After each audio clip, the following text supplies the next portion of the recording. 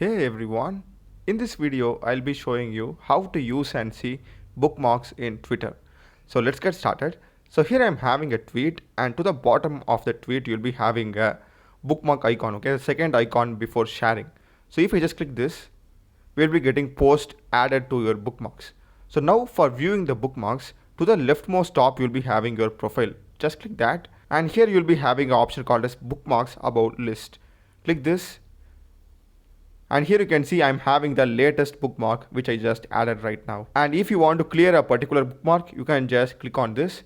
That's it will go off. And in case if you want to clear the entire bookmarks, to the top you'll be having these three dots and you can just click on clear all bookmarks.